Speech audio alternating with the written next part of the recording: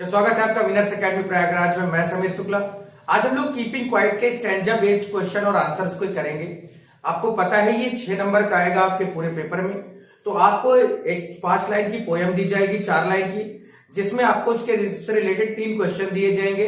और मैंने पहले ही बताया कि जो पहला क्वेश्चन होगा वो आपका 2 नंबर का जो होने वाला है वो आप आसानी से ले सकते हैं, सिर्फ और सिर्फ लेसन और उसके राइटर का नाम याद रखकर या पोएट का नाम याद रखकर। तो चलिए शुरुआत करते हैं कीपिंग क्वाइट की। कि यहां पर दिया है कि now we will count to 12 and we will all keep still. हम 12 तक गिनेंगे और एकदम शांत रहेंगे। For once on the face of earth let's not speak in any language. और सर को झुकाकर, अपने फेस को धरती की ओर यानी अर्थ की ओर झुकाकर और किसी भी लैंग्वेज में बात नहीं करेंगे। Let's stop for 1 second. और अपने आप को पूरी तरह से 1 सेकेंड के लिए रोक देंगे। तो ये था इसकी 4 लाइन। अब यहां पे क्वेश्चन है कि व्हाट डज द पोएट से इन द फर्स्ट 2 लाइन। आप समझ में आ रहा होगा आपको, ठीक है। तो यहां पर आप लिख सकते हैं कि in the first 2 lines the poet, ठीक है, यानी इन द फर्स्ट 2 लाइन यानी शुरुआती 2 लाइन में the poet says to count to 12, ठीक है। यानी पोएट पहले शुरुआती 2 लाइन में क्या कहता है कि भैया 12 तक गिन लो और उसके बाद क्या करना है, अपने आप को स्टिल रखना है, यानी हिलना डुलना भी नहीं है। And they will keep still. और 12 तक गिनना है और अपने आप को कैसे रखना है, सिर्फ और सिर्फ एकदम शांत रखना है, स्टिल रखना है। दूसरा क्वेश्चन हमारा है कि what does the poet want once on the face to the अर्थ।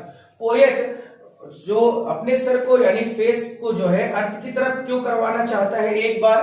तो इसका भी बहुत आसानी से आंसर दे सकते हैं कि on the face of the अर्थ ऐसे लिख सकते हैं कि on the face of the अर्थ, यानी फेस को नीचे की साइड झुकाकर, on the face of the अर्थ, नीचे की ओर झुकाकर, ठीक है। उसके बाद क्या करना है, ही वॉन्ट्स टू क्या करना है, तो let's not speak in any language. बात समझ में आ गई होगी।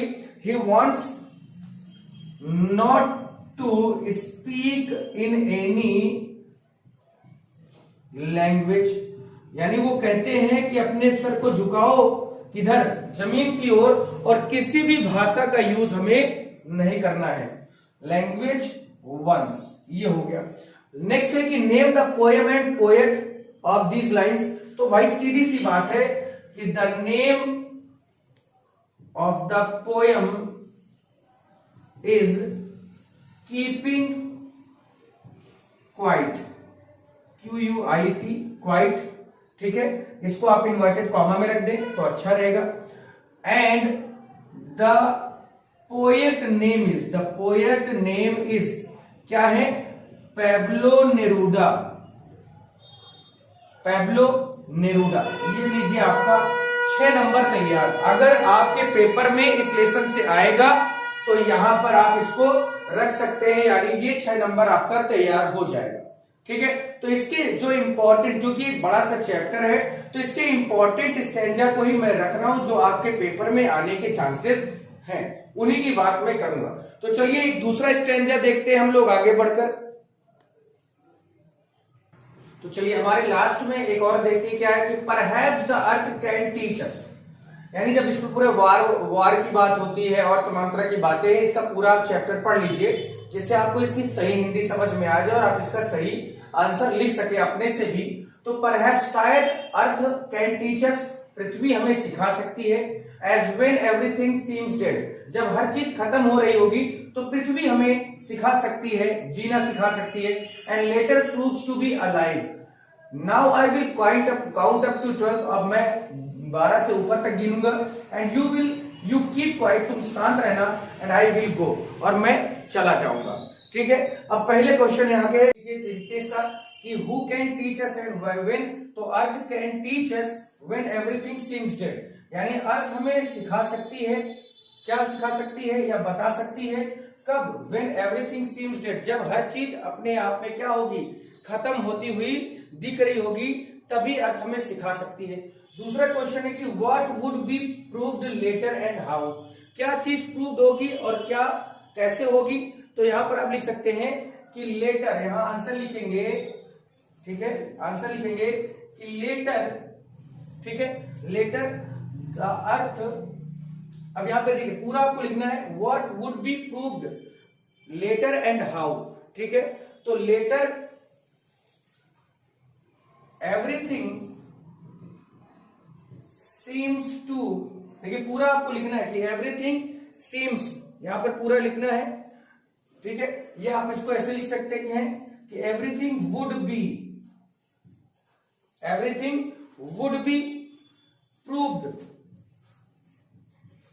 हर चीज प्रूव्ड होगी, ठीक है, हर चीज प्रूव्ड होगी, अलाइव विथ द, तो later everything would be proved alive with the help of the earth, help of the earth, और अर्थ से मतलब यहां पर नेचर से है भाई, नेचर, अर्थ का मतलब नेचर। लास्ट में कि what does the poet say at last, poet last में क्या कहता है? तो आंसर लिखेंगे इसका कि at last the poet says that, कहता है कि, क्या कहता है कि I will count up to 12, ठीक है, that he will count up to 12, कि वो क्या क्या करेगा, 12 से ऊपर तक या 12 तक गिनेगा, he will count up to 12, and we keep, हम क्या करेंगे, वी कीप क्वाइट,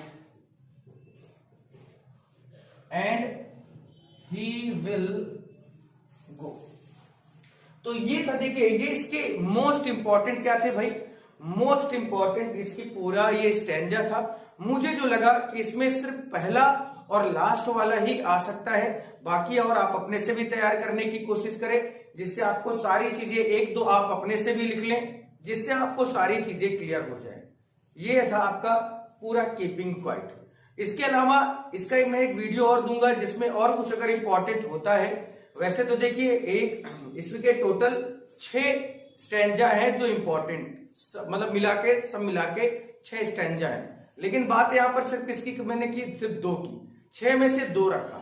2 क्यों रख रहा हूं? क्योंकि बहुत इंपॉर्टेंट ये मुझे लगे, जो आपके पेपर में आने के चांसेस इनके बढ़ते हैं या बनते हैं, ठीक है। या एक इसका मैं और लिखा दूंगा, लेकिन अभी नहीं, आगे आप अपने से भी लिखने की कोशिश करें, आपके पेपर में दिया है। देखिए बुक में जो दिया है वो केवल स्टैंजा दिया है कि एक लाइन लिख के फिर डैश डैश करके फिर सामने लिख दिया। अब उससे रिलेटेड क्वेश्चन आप भी बना सकते हैं, मैं भी बना सकता हूं, या एग्जामिनर भी बना सकता है। तो एग्जामिनर क्या सोचेगा, आप क्या सोचेंगे, जब तक ये दोनों की सोच नहीं मिलेगी तब तक हम काम आगे नहीं लेके जा पाएंगे। तो आप 2 नंबर सिर्फ और सिर्फ पोएट का नाम और पोयम का नाम याद रख सकते हैं, बाकी उसमें इतना कठिन भी नहीं आएगा कि आप ना कर पाए। इसके लिए बिल्कुल ना परेशान हो, ये बहुत बड़ी चीज है, ठीक है। तो चलिए शुरुआत करते हैं अपने तीसरे वाले की।